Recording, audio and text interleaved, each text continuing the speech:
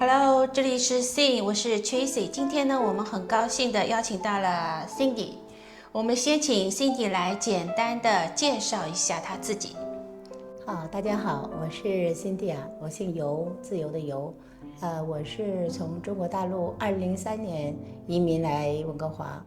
那您当初的时候决定移民是因为什么呢？当时我记得在汕头的时候，我们想换房子，然后呢就去看那个房子很贵，然后我就觉得那时候我的朋友在这边买了一套townhouse，20几万已经很好了，环境啊也是很好。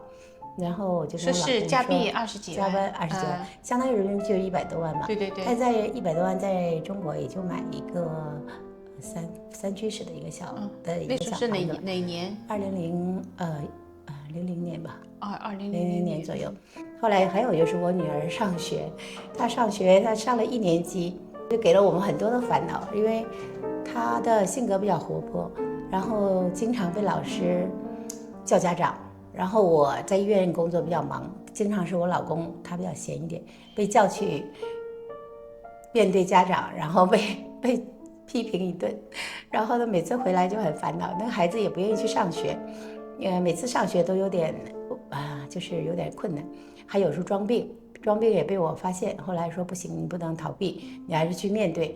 然后就是这个，一个是孩子的教育，还有一个就是买房子的时候，我发现那个环境跟这边比差了很远。当时我们在汕头工作还不错的，我老公是在那个集装箱码头，他在操作部做主任，我在中医院，然后也是骨科做了10几年了，所以收入啊各方面都挺好的。但是一个孩子的上学的教育问题，然后还有一个环境的问题，我们当时就想干脆去移民吧。当时也是因为受了朋友的影响，对，朋友先来的，然后呢，再加上就是孩子可能在学校也不是特别的适应，感觉国内的教育环境可能对孩子不是特别的不太适应他的性格比较活泼，哈。对，那你当初决定了移民之后，是你们俩共同的，就是达成了共识吗？我还有一个问题，就是我在一个地方待了太久了，我就会有厌倦。我在一个工作做了太久，我也感觉比较厌倦。后来我就跟我老公说，我们移民吧。他就当时就有点到了一个瓶颈，好像不知道就是有点，你看孩子7岁，大概有点7年之痒吧那样子，好像觉得生活很无聊。夫妻关系之间，我每天看他就无所事事，就很不顺眼。但是呢，你让他做什么事情，他也好像没什么兴趣。后来我就买了一大箱那个磁带，我那时候学英文还是用磁带的，买一箱磁带跟他说：“你开始学英文吧，不要整天休息的时候就睡觉。”他就学了干什么呢？我说学了就可以去移民嘛。他说移民。后来他人还是比较好，就是你让他做什么，他就是很安心的去做。他开始学英文以后呢，就是我就看他每天就上班，然后下班就开始学英文，然后就递表。我们是技术移民，很快14个月就批了，对，也没花钱。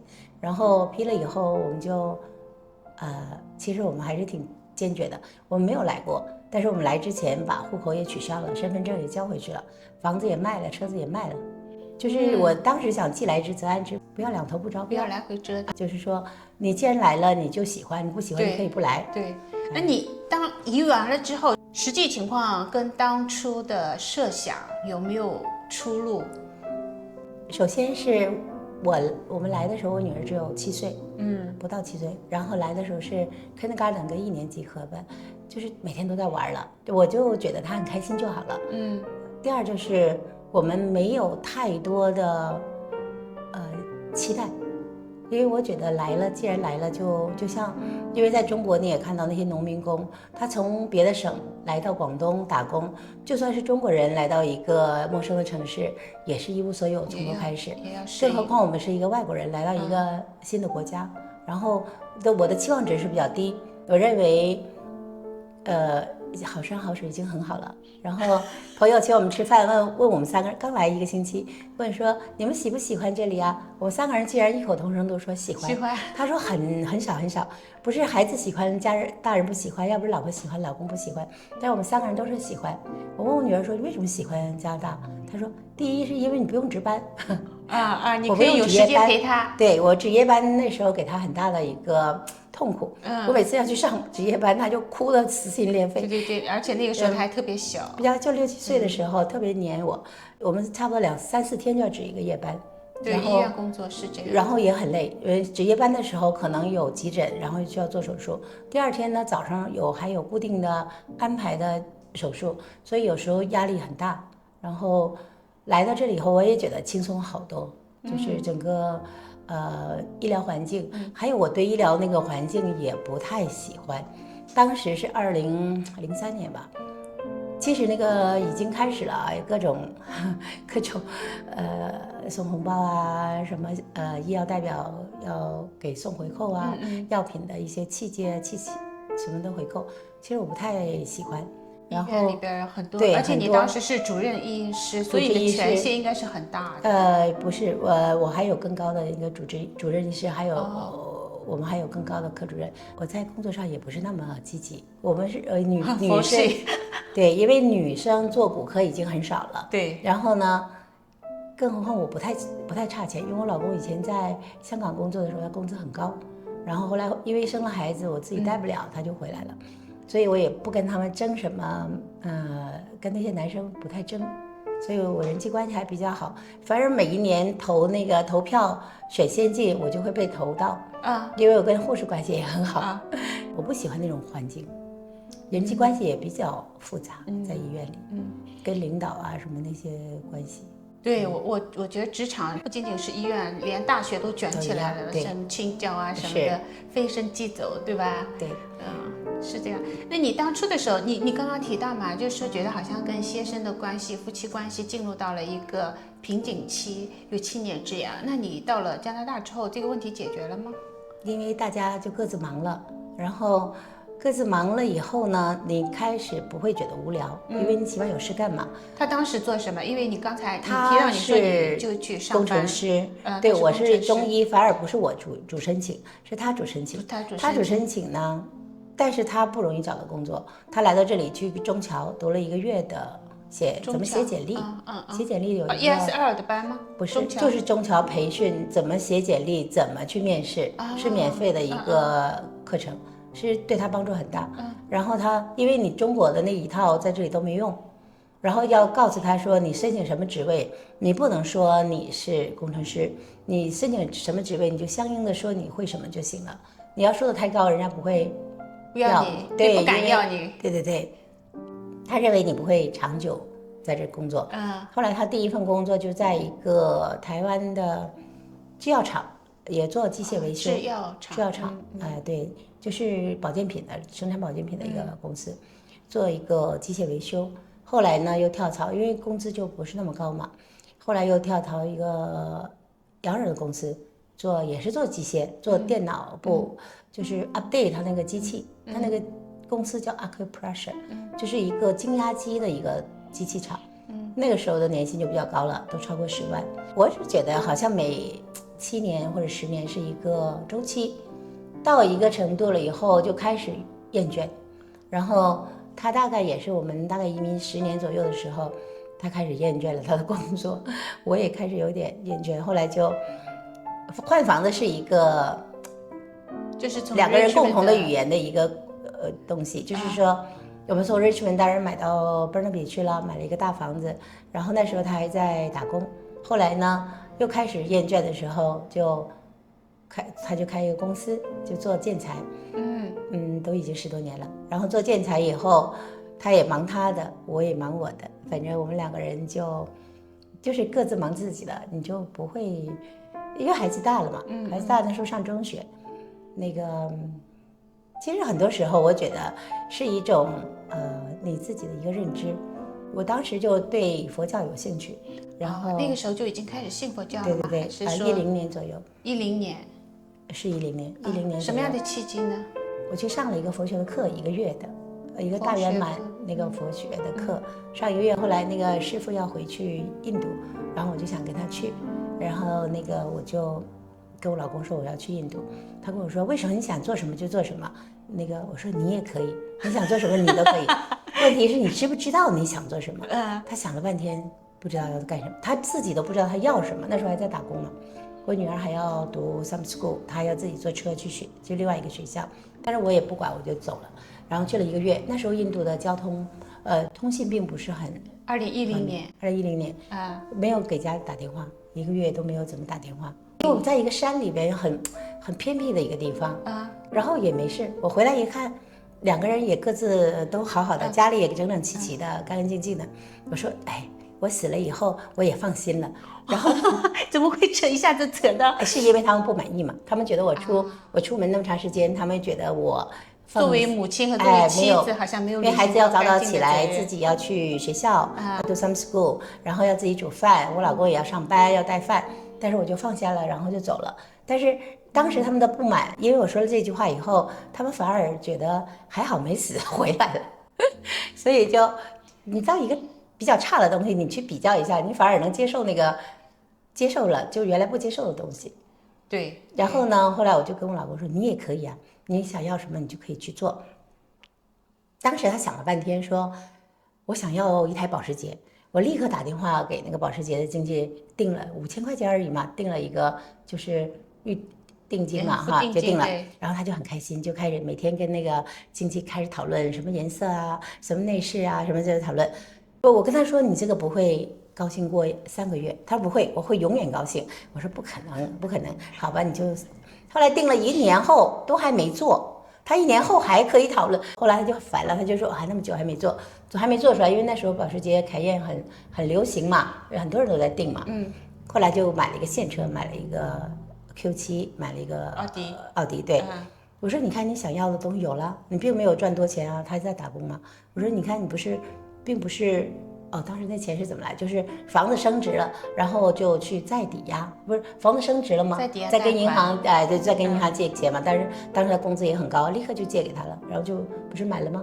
我说你不用赚多钱，你想要的也可以有可以满足。对，然后刚刚买的时候他就特开心，每个星期6都去洗车，他每个星期6就把车洗得干干净净的。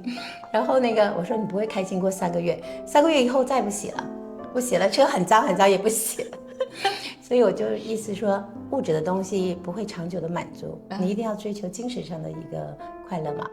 后来他就开始，因为一直在我的 push 之下，他就开始做生意，然后去开店。然后刚开始我也帮他，后来他就自己又找了员工啊什么。现在这个店也开了10几年了，然后他又考了一个他一来就考了一个电工牌，然后有那个可以签名的那种电工。后来又考了一个建商牌，这个执照可值钱了。对，还考了一个建商牌，可以盖房子，可以盖房。对，又可以盖房。我们这房子就是他自己盖。他学习能力很强。对，你让他学，他就很专心的。我们2个是很好，我是个白羊座，我是有点虎头蛇尾的那种啊，3天的热情哈，就很快过去。他是那个金牛座，他就是很专注，做一件事情就做到底。他不会说半途而废，一般的事情他不会半途而废。金牛还很会挣钱。就是我对星座不是特别了解，我是比较了解他，就是他做一件事情就把它做到底，他不会说像我3天热情过了我就放弃了，然后再找一个新的兴趣的时候，又去换了一个新的。你们俩的夫妻关系当中，到底是谁开始产生厌倦？理论上应该是我。对，因为我看不顺眼他嘛，我跟他说为什么你几天没事干老是睡觉？他说那不睡觉干什么？我说你可以学英文呢。他说学英文干什么？我说移民呢。所以一定要给他一个目标，他就开始有事情做了，要不然放假没事啊。除非我找事情，我说去哪里玩，然后我就规划，去了，开车去了。如果不规划，他就没什么计划。我觉得很好就是理论上来说的话，就变成了你在做规划，然后他做执行，而且他执行贯彻的非常的彻底，超出了你的预期。我来了好多年都没有考驾照嘛，然后我跟他说以后有自动驾驶的时候，我就买一个车子。我跟他说我去哪里，他就载我去了，也不用开。他说你早就有了，因为你每次说去哪里，你一说我就载你去了。就是他是那种人，他是自动驾驶的。他说你一说我就载你去了吗？你早就已经有了。我想好像是啊。就是他是那种比较比较踏实的人。那目前的夫妻关系应该是相对来说比较稳定。就是我们2个人是很不同的2个人，我看的书跟他看的书是完全不一样的，完全不可能2个人一样。几乎他喜欢吃的东西我都不喜欢吃，我喜欢吃的东西他都不喜欢。是因为地域关系吗？你们俩一南一北，一个是地域关系，他是潮州人，我是哈尔滨的，对，所以两个人差得太远了，地域差别很大，对，然后性格也差别很大。他是一个很标准的理工男，而我是一个比较感性的，我不喜欢，为什么不喜欢做骨科医生？因为我每次做手术的时候，我都觉得我在搞装修。就不是电钻呐、锯啊，就是凿子啊，都是乒乒乓乓。对他们说，就像在装修。骨科对女生来说的话是一个好大的挑战，对啊，因为她需要干一些力气活。都是力气活，那个钳子啊，给我得看，每天都磕着针呐、螺丝钉啊，拧往上看。反正我不喜欢，我干了那么多年，我也不喜欢。对，然后我觉得就像一个装修工嘛，反正骨头断了就接起来，然后哪里关节坏了换一个啊，就是我就干这些。那你们俩性格差异那么大，你们俩怎么认识的？为什么还能够结为？我们大学里认识的，刚好89年没怎么上课的时候，大家都在游行，然后就不上课，然后大家就串来串去，后来就认识了。就我的高中同学跟他大学是同学，他在哈理工，我是黑龙江中医学院。黑龙江中医学院跟哈理工就隔一条街，哈理工好厉害的，难怪学习能力那么强。就是一般般嘛，没有哈工大那么好。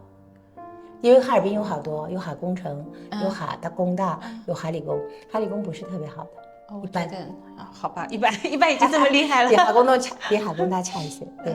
然后有些人就分不清，哈工程也很厉害，就是原来的哈军工，对，我的概念当中好像哈尔滨那边一堆军校，好多也传院、传播学院呐，还有就是建筑学院呐，都是很厉害的，对，好多理工类的大学，然后，因为以前前苏联留下来的很多的前苏联对那些工程师那些工程比较厉害的，然后他能从汕头去哈尔滨读书也很有勇气的。那当时那个90年代嘛，他是97年的，然后97年去读大学要坐1个星期的火车，当时很慢，那个时候还是绿皮火车，绿皮火车对，很慢，一个星，所以折腾了1个星期。当时我妈妈就说：“这个真的是千里姻缘一线牵。”她说：“你去了可能不回来，因为当时的工资，你知道我在医院第1个月的工资只有120多块钱。120多块钱，你想想怎么可能经常回去？91年那个时候，91年刚毕业，那时候工资还那么低呢，120多块钱1个月。然后，但是后来就慢慢就很快就涨上去了。对，飞来飞去也变得很容易了。以前飞机很难的，很难买票，我记得当时都。90年90年代初。那你觉得你现在从事的跟你国内的，就是除了环境上有一些差别，那人事关系也更简单，其他的有什么区别？昨天还有个小孩问我，他说你最想做的工作是什么？我说就是这个。他说为什么？因为他也想做医生，他现在UBC 读4号。我说你想做什么？他说他也想做医生。我说为什么？我说第一是我在医院工作的时候。我不太喜欢那个人际关系太复杂，我要花很多精神去应付那个哈，然后我不喜欢。后来我在诊所工作的时候，虽然人已经少了，大概只有3、4个医生，1个老经理吧，就他也不算老板，但是也不是我想要的。你每天要去做，得在那坐着，有事他给你安排哈，就是安排好了你就做，然后没事你就在等，是不是？但是我现在的工作我喜欢，就是我完全自主。我想做就做，我不想做，哎，对，我要去玩，我就把它全划掉，然后不约，然后我就去旅行去玩。然后呢，如果想约，我想约就约，就是首先在这方面比较自由。第二就是人际关系变得简单嘛，因为不知道是逃避还是什么，因为我不知道是不是我跟人家距离感太强，为什么要逃避人际关系？我看有些人在人际关系里也能成长哈，但是我好像不太适应那种。不是不太适应，我不喜欢。对，因为我感觉好像这个就是能量，它其实是有定向归属的。说人际关系它可以让他成长，有些人是从人际关系当中他可以汲取到养分。其实你是很就是很擅长处理人际关系的，但是擅长处理跟你愿不愿意是2个概念。因为我怕的能量好像被拉扯，很多人做你有点不是特别心甘情愿，你也可以应付，但是你又觉得没必要。对，就是那样子，不是说你不擅长处理人际关系，而是你觉得这种对你的能量消耗很大。其实我也很欣赏那种很那个 open 那种，我女儿是那种人，我觉得都是互补的。我妈妈是一种很喜欢跟人打交道的，她以前是我们那边的居委会主任，然后街道主任，然后他就很善于处理人际关系和愿意管别人的闲事。可是我就特别的不喜欢管闲事，就觉得那八卦的好无聊。然后我女儿跟她正一样，就是她特别喜欢这是八卦，隔代遗传。对，她人家要吵架了或者什么事，我想听听。我是说不要跟我讲，我不想听。现在女儿已经快，她已经毕业了，都已经已经毕业工作了。她在这边就读，不管是小学、中学，她都很开心。在学校都很活她跃。现在在哪儿呢？她现在在日本。现在在日本。她在这边是跑日本去了。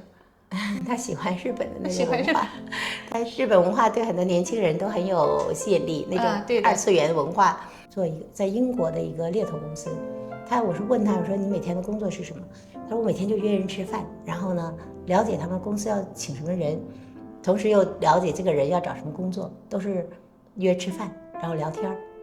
这个就你看，这个就是跟他的性格就比较适合嘛。他喜欢跟人打交道。对，他以前在亚马逊的时候，因为亚马逊就很理工男的那种企业，就是讲究效率，没什么太多的柔和的那种企业文化。银行还好，他以前在 TD 银行也工作了5年，还做了2年经理。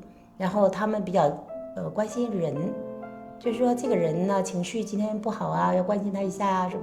你说 TD 银行吗？ TD 银行。对，他在那边做那个 service manager， 做了2年，还也被评为先进工作者。所以他的连接就是跟人的这种关系是比较密切，也比较能够处理，而且他能够从中得到乐趣。我说你最大的乐趣是什么？就是有人来挑战我，然后我就跟他吵一架。因为在银行有很多有人来无理取闹嘛。他说别人就说他一吵就算了，7块钱的那个年费，就跟他吵了2个小时。他说你看你这样吵我也不会给你的，你在浪费时间，你的2个小时都不值7块钱，我是在上班，我在赚钱的。他说他就很愿意干这种事，有理有据的呀。对，他就说我就不能惯着你。就是他喜欢干这种事儿，他觉得乐在其中，我觉得很好玩。孩子的要求高吗？不是很高，没有希望值降低，就跟养植物一样，你就浇花，你开心快乐活着，我就很开心了。所以就没什么期望。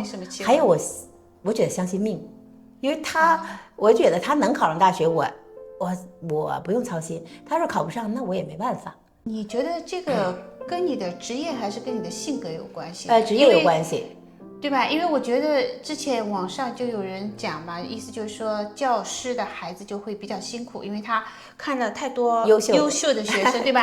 然后对医生来说的话，对孩子的要求就会比较佛系一点，因为他看多了太多的生死，健健康康活着就已经是非常完美的一件事情了。你担心他吗？一个人在外面？因为担心，我经常跟别人讲哈，担心是诅咒，不要担心孩子。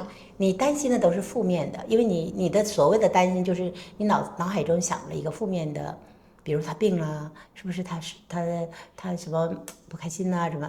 我一般都是祝福他开心快乐。我说是说，但是信仰有关系吗？也有关系，对，就是尽量要祝福他，经常用他的名义去供养一些小孩用他的名义去就是那些像。宣明会啊，还有我在印度认养，在那个外蒙古，在印尼都认养一些小孩，都用他的名义去捐款。然后对，我们信仰就是说，你舍得什么，你就会得到什么。你祝福别人，你也会得到别人的祝福。